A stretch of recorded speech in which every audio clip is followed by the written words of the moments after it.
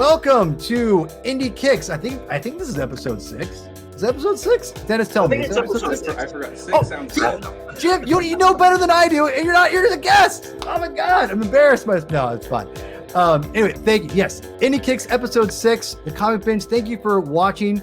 I'm being better about this. Like the video, subscribe, because I have to say those things, and I want you to do those things. So please do that because it helps, I think, get the show out there. And for people like Jim, our friend Jim Ousley here, get his comic book out and promote, and people can support independent comics. So again, I am joined today by Jim Ousley. Jim, thank you for joining the show today. Thank you very much for having me, you guys. Really appreciate it. Yeah, yes. And you have some comics out there, and we randomly met. I don't even know how. I saw a retweet or something. I don't know. And I was like, hey, do you want to come on the Indie Kick show? You're like, sure, that sounds cool. Yeah. I'm like, great. Send me some stuff when we can. All right. Sends me some stuff, and it just blew me away. And so I can't wait to talk about it. So I'm going to shut up. I'm going to let you talk about your book. So Jim, give us a little history of yourself, and then talk about the book that the Kickstarter comes out today. Yep. So the Atonement Bell, I'm going to say right now, Kickstarter, support it.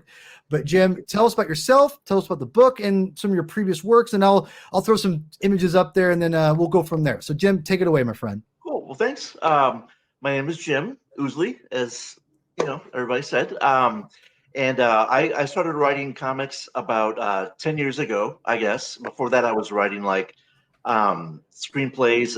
My writing partner and I that I had at the time, we were writing screenplays and stuff. But I'm a big comics fan, so I wanted to get into comics. And there's a great group of people in St. Louis where I live, and it's called Ink and Drink Comics, where they get like writers together and artists together, and they meet once a month at like a bar or a restaurant, and everybody mingles, and they publish 2 anthologies a year, and each one is a theme. And that's how we kind of got started with the comics and stuff. And so once we did a few short stories in these anthologies, my buddy and myself did a action comedy anthology called The Rough and Tumble, and with artist Benjamin Sawyer. And we did a Kickstarter for that. It made it, and we were able to publish this book. That one you can find on Amazon, I think. I'm pretty sure you can. And then Ben and I did a horror anthology. Horror is like my favorite genre. I love horror stuff. And so I always wanted to do a horror anthology. So we did The Dead Palace, and we did a Kickstarter for that one, and it did well. And we published that, and we started shopping that around. And we got in touch with Red 5 Comics, and they showed some interest, and they kind of said, well, anthologies, those don't really work well as individual issues. Do you have anybody in the book that you would want to spin off into their own series? And I was like, oh man, I've got this character named Sid Kiowa. It's a title called Butcher Queen. We would love to do, a series for her. And so they said, well, yeah, get a pitch together and get back to us next week. And I was like, next week? Oh, wow. So I had to put together like a whole 4-issue outline and a pitch to send to them. And they liked it. And so we did that. And then we followed it up the next year with Butcher Queen, Planet of the Dead. Right, yeah. And it's run in January of this year? In January of this year, yeah. And now I'm doing the Atonement Bell with a new artist, Raymond Estrada, who's a spectacular talent. He's so good. I'm so excited to work with him. Yeah. This is for the record. When people when Jim sent me his stuff, I was like, oh, and he sent me the Butcher Queen graphic novel picture. I went, oh, so he put on. I had no idea he had other books out. And I went on Comixology to look at it and just kind of see what the cover, to the interior pages, some of the preview pages, see if I could vibe it. I was vibing it, and I went, okay. And I went and bought it immediately online, a physical trade, which was I can't wait. It hasn't come yet, but hopefully it'll be here soon. Oh. So I'm super stoked. And when we get more in the story here about the Atonement Bell, we'll talk a little about that in a second. But Dennis, what do you have to say for my friend here? Well, first of all, I really want to get a local writer and together. That sounds really cool. Yeah, for new people, it's great. Like whenever someone says, "I want to make a comic," I'm able to say, if you're in St. Louis, check out Ink and Drink Comics. They're really great guys.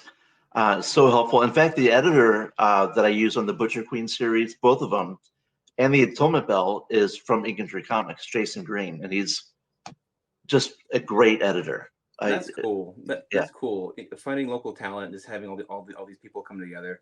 That just never occurred to me. I have no clue if something like that exists in my area, but I'm gonna look. Same here. Why not? Yeah. It's helpful vibing off other artists and writers, and it's really inspiring. That sounds really cool. Yeah. So you brought up a good point. So you went through it was Red 5 Comics, you said? Mm-hmm. Right. So you have experience with publishing with a formal publisher and with Kickstarter. What would you say is the better option generally, or do you have one? Like between Kickstarter and another crowdfunding thing, or like between Kickstarter and like going to a publisher. What? Oh, well, it's kind of like they're really intertwined, because when we did the Debt Palace, that was crowdfunded, and then we took that to Red 5, okay. and so we had something physical, something tangible that showed, we can put together a story, we can put together a comic, because they need to see that you're able to do that. Gotcha. At least, and then that's how we got in with Red 5. And I do the Kickstarters because if you're a writer, you usually get paid on the back end, and if at all. Right, yeah, right? Yeah. Not saying you have, but in general, right? So the Kickstarter is really for the artist, and make sure that you're putting out something really quality, that you've got that you've got a sense of control over that. It's going in a direction you want it to go in from a quality perspective. And so to answer your question, it's kind of they kind of really go hand in hand, and every situation is different. There's a million different ways to get to a publisher, But with Kickstarters, one thing I was going to actually mention, and I was actually thinking that your question was pointed towards this, but when you do a Kickstarter, they're usually 30 days, and you really have to devote your life to it for that 30 days. It's really intense. It's like you tie yourself to the stake and light the match. You know what I mean? Like it's such, you just have to focus on that, and it takes a lot of energy to do it. But if you believe in your project, it's great because you're reaching out to people who are believing in it. You're able to talk about it, and to me, it gives it more of a chance of success and life and visibility, because you're promoting it that whole time before it even comes out. It's quite helpful, I think. Yeah, that makes sense. So being very familiar with Kickstarter, do you have maybe a top 3 or top 5 pointers for newer creators getting into the Kickstarter game? Which I count myself as one. Even though I've funded a couple of issues myself, I want to do the rest of the series through Kickstarter. And so, I've yet to dive into that. And so, any scary. hints you have? It is. It can be intimidating. You're right. I would say an important thing is, while it's important to keep on top of your digital game, if you will, putting your information out there, making sure that it's always something new and different. I would also say it's really important to not just rely on social media.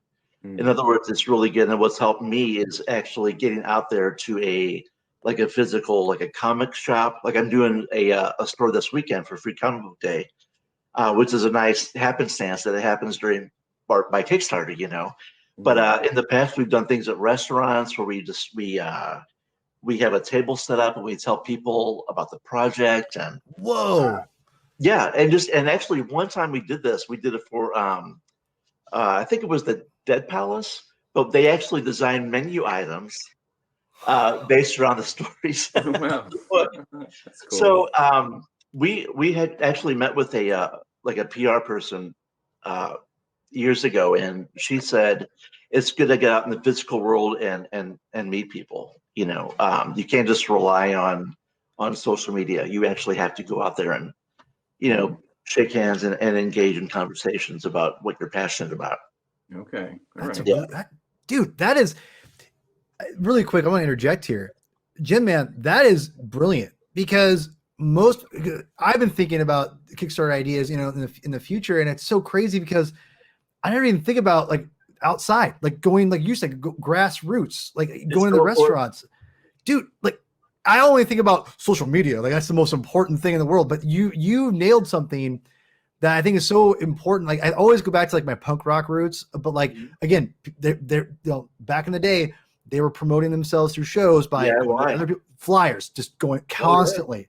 And that's as annoying, as brutal as that is. I'm not saying people do that and annoy the crap out of people, but what's crazy is that idea of like partnering with a comic store saying, hey, can I set up shop here, have some, some stuff here or whatever, or usually, you know what, they're usually totally open to that because they want something unusual to happen in their store also. And there's a million different things. Like there's one thing I might try to do later in the month is there's a place in St. Louis called City Museum. It's a pretty well-known nationwide place, but they basically take old scraps of old buildings and old things, and they make like sculptures out of them and places that kids can play. And it's a really weird place. But I was thinking about maybe doing something there for the Atonement Bell. I mean, that you just have to sort of make sure that you realize that getting out in the real world is pretty important because it's scary too. Yeah, it is scary, but you want to have conversations with people. Exactly. Yes. Yeah, yeah. This is a revelation. Like it sounds so obvious. It was to me too when she told me about it. Yeah, no, I'm like, like GIF of the guy going like. I'm like, that's exactly me right now. I'm like, I'm kind of blown away. I'm like, wow. Even bookstores. Like we did one for the Depp House at a bookstore, and they had some trades there, but it was mostly books, but we had a table out in front and we would talk to people as they passed by, and we got maybe 3 or 4 backers out of it, and that was worth it. That's worth it. I mean, dude, and that's the thing about, again, I always, this is how I am about any kind of project would be music, art, whatever. It's not about the mass quantity. It's about if you can get more than one person to be into whatever you're doing, you succeeded. Yeah. And that's kind of the point. Because you can, how many people do we know and love, whatever medium it is, that the artist isn't loved as much as they need to be? Like it's reality, being successful and popular doesn't always doesn't mean you're the best or you're the world's worthy. Yeah. It's just the reality of it, Yeah. I mean, ask any like folk artist that was played around Bob Dylan back in like the 60s. I mean, I'm sure Dave Van Ronk, if you know who that is, that's a deep cut, by the way. Probably was not stoked about Bob Dylan, taking his versions of songs and playing them and whatever. I mean, you get my point. So that's the thing. It's like you just got to go out there and do it because you love it. If you don't love it, people are going to sense that. You have to go out there because you love it. And that's the thing that I think that I touched on. Yeah, you're right. I mean, I think for a lot of people it might be hard, because you could be really shy and introverted. But and I was that way too when I was a kid and I was in high school. I was like, I was just a mess. But when you go into the arts, it really forces you to come out of your shell and engage with people. And more often than not, it's such a pleasurable experience. Yeah. Because most people want you to do well, and they want to hear what you have to say. Especially if it's cool stuff like comics. Yeah, dude, comics are amazing. Yeah. So before because again, I feel like I could talk to you for hours about comics and about this stuff. This is great, Jim. So I want to make sure we talk about the Atonement Bell because it looks rad. I'm going to throw some pictures up. I'm going to have you talk about it, and Dennis, you can interject whenever you need to. But I'm going to throw some pictures up, so don't get distracted. I'm excited to show people how rad this looks because I'm telling you, this is amazing. This looks rad. So Jim, tell us about the Atonement Bell, please. Yeah, the Atonement Bell is it's going to be a 4-issue series. It's a horror series, and it's about a grieving mother and son who are traveling to visit estranged family during Christmas, during the holidays, and they become involved in a conflict between a coven and an inner city church. And I cannot tell you how excited I am about this series. There's so much at play here. My protagonist is Jake. He's 14. He's the one who had lost his father. His cousin is Baby Al, who's 16, who's a bit of a wise ass. That's Kayla, his mother, right there. Okay. And they have a friend who owns a Quick Mart named Sarah. It's a Bosnian family, and she's a Bosnian girl. That's her right there. And I'm really in love with these characters. Like when I'm not writing for them, I miss them. Like they're real people. No kidding, man. That's nice. I like that. And it's great. And it's also we were talking about this a little bit before we started the podcast, but a big important thing for me in storytelling is the expression of empathy. I feel like that's, you can enjoy a comic on whatever level you want to. That's what's so great about the form. You can just have fun with it. Like in the case of the Atonement Bell, you can enjoy the creepiness of it, the mystery of it. But there's a lot of subtext there that has to do with, family, how far you would go for family, what empathy really means to people, divisiveness, and how to conquer that, and religion, the impact religion has on all those things.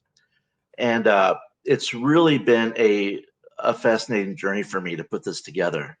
And I'm going to be so sad when it's done, but I can't wait for people to see it.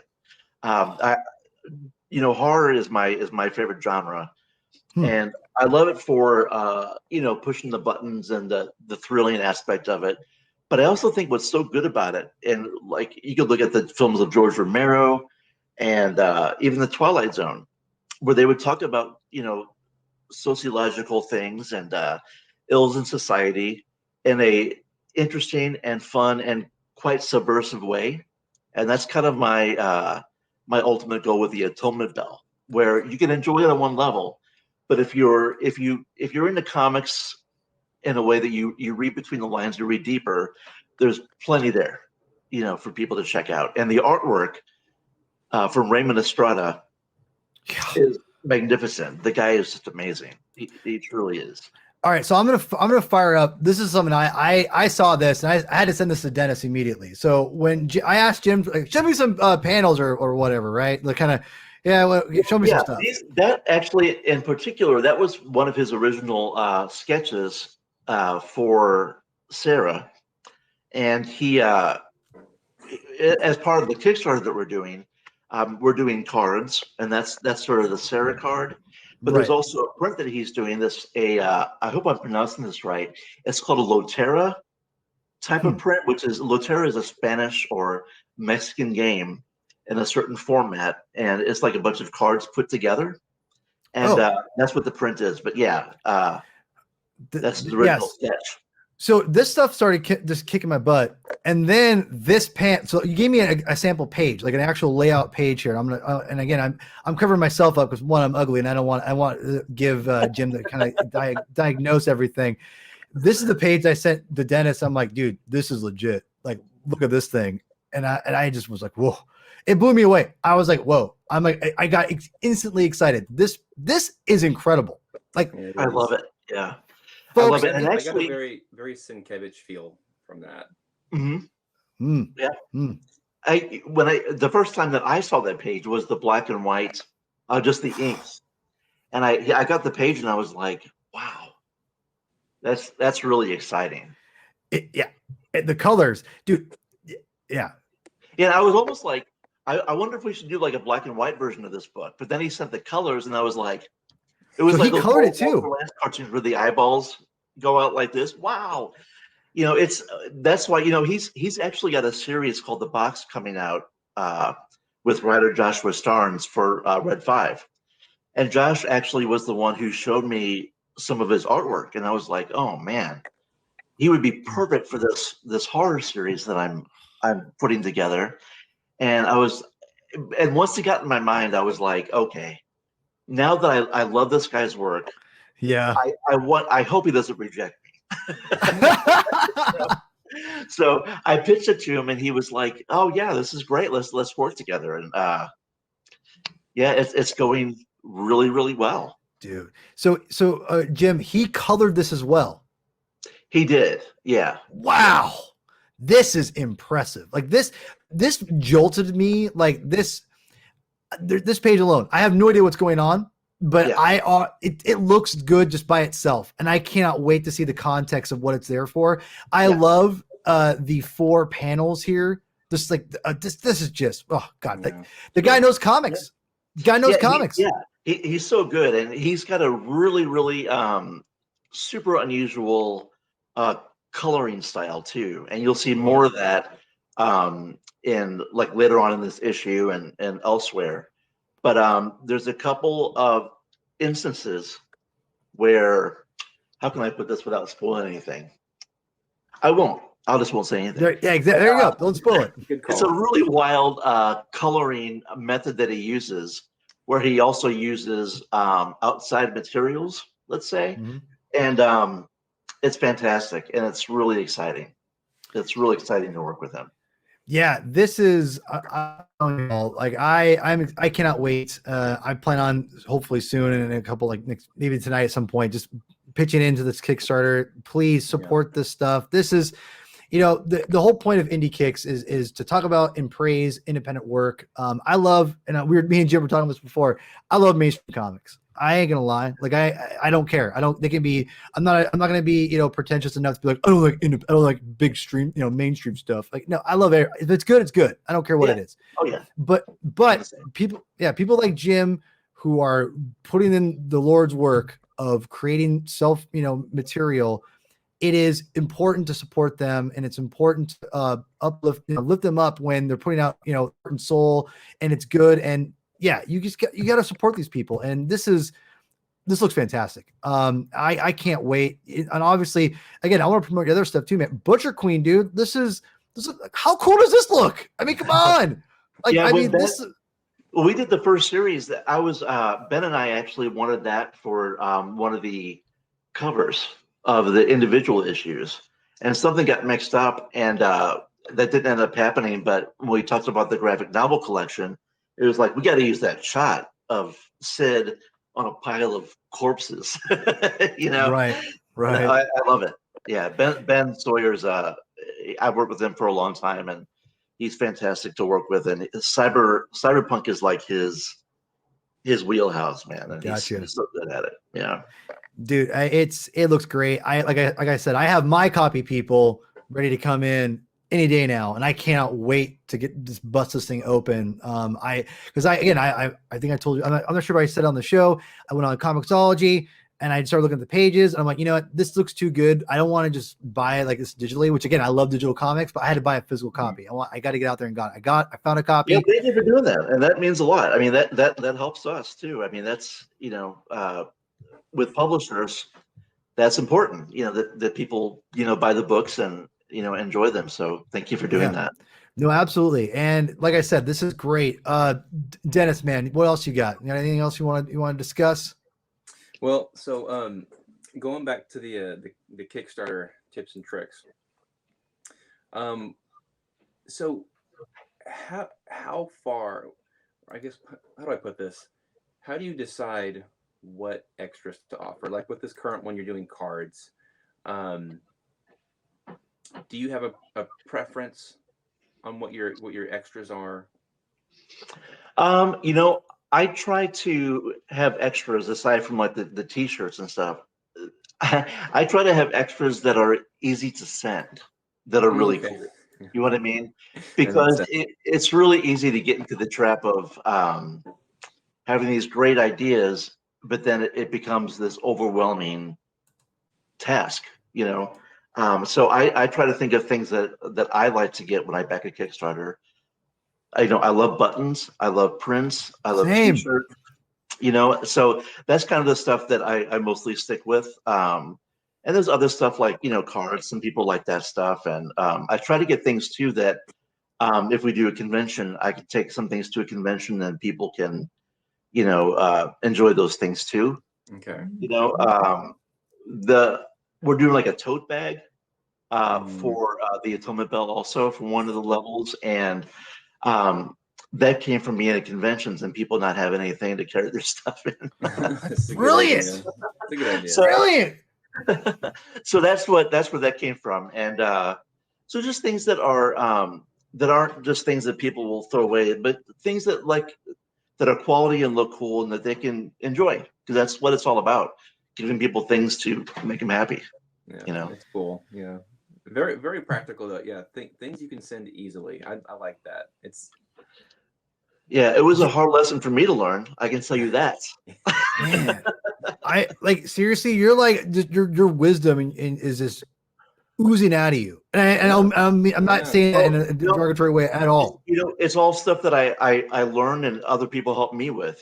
So if there's anything that like I can do for people that are also doing a Kickstarter, the most important thing is you're giving people something you're passionate about.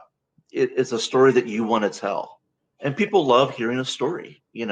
So it just takes, if you've got the passion to tell that story, you certainly would have the passion to want to market that story and draw people in around your fire. You know what I mean? And that's what Kickstarters essentially are. Yeah. Yeah, exactly. And I honestly I honestly want to have you back, not only to promote your stuff, just to pick your brain and just get ideas, because you have a clear idea. I love talking to you guys. I'll come back whenever. Yeah, honestly, I will, trust me. Alex from Comic Book Historians will tell you. I ask him constantly, and so he will tell you. Yeah, he will ask. He'll have you back on. he will never stop asking. No, seriously, it's so awesome to have you on the show and have you talking. And I think just again, I feel I've learned, and there's no Dennis, I think you're probably the same way. No, yes. I've learned a lot already. Like just in how to market. You're doing me a huge favor by having me on and letting me talk about the Atonement Bell. And I can't thank you enough. I appreciate it. No, absolutely. Thank you. And yeah, and like I said, people out there, there's plenty of artists out there like Jim who are in like Dennis, they're out there, and find them. They're out there. They want you to find them. Go out there, find what appeals to you and go support it. It's you supporting these independent people, these artists. It makes their lives so much, like, it gives them fulfillment, right? It completes them. What's the word? Gives them that content. It helps fuel that drive, and it's so critical, especially in today's age of, like you were saying, like, lack of empathy. Mm-hmm. It's so out there. It's so obvious. It's important. If you're a creative person, you want to create things to make people happy. Like my big goal in life is to leave behind as much cool stuff as I can. That's my goal in life. Man. That is, and I think that artists offer an important service. They get people together. It's so rare that when a lot of people can like watch a movie or enjoy a comic book, and they're all sharing that experience. They're all getting the same thing out of it, and that glues people together with something positive. That's good for everybody. Yeah. It's funny because I do love Twitter. I also hate Twitter. But it's because Twitter is, because me too. Right. It's crazy because one of the things that you just discussed is why I love art so much, is because you can analyze. Everyone views art differently. Everyone will get out of.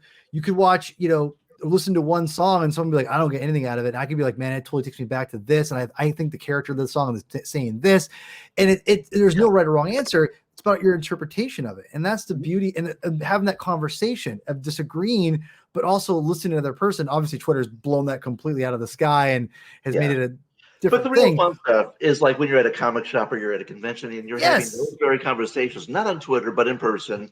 And it's fun. It's fun, like talking about, Tim Drake,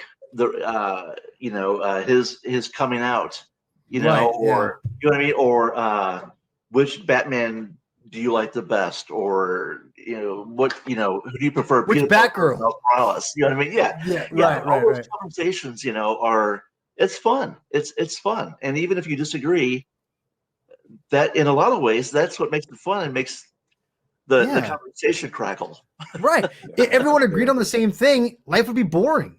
Yeah. I mean, to be honest, I mean, obviously there's things that are right or wrong in my opinion that obviously that are morally, but at the same time, that you've touched on something that's very obvious, that like it's good to disagree, and that's why I love like arguing with people. I love debating with people, Yeah. as long as people understand there's no, for the most part, especially in comic books and so something subjective like when we're talking about, it's so important to have those conversations, because you learn about people through those conversations. You learn about their experiences and what someone might get out of something that you don't even realize, and might look at something differently through their lens. And I think that's what's so important about listening and debating and discussing. So me and you, Jim, are more in line. That it's crazy. It's crazy when you say those things. I'm like, that's exactly what I'm saying. I agree. So you say, it's so awesome, talking to you guys, man. It's really been great. It's been fun. no, it's been great. So yeah, I want to keep this as short as possible, because I want people to kind of watch the whole thing and support you. So I'm going to throw things up again for you.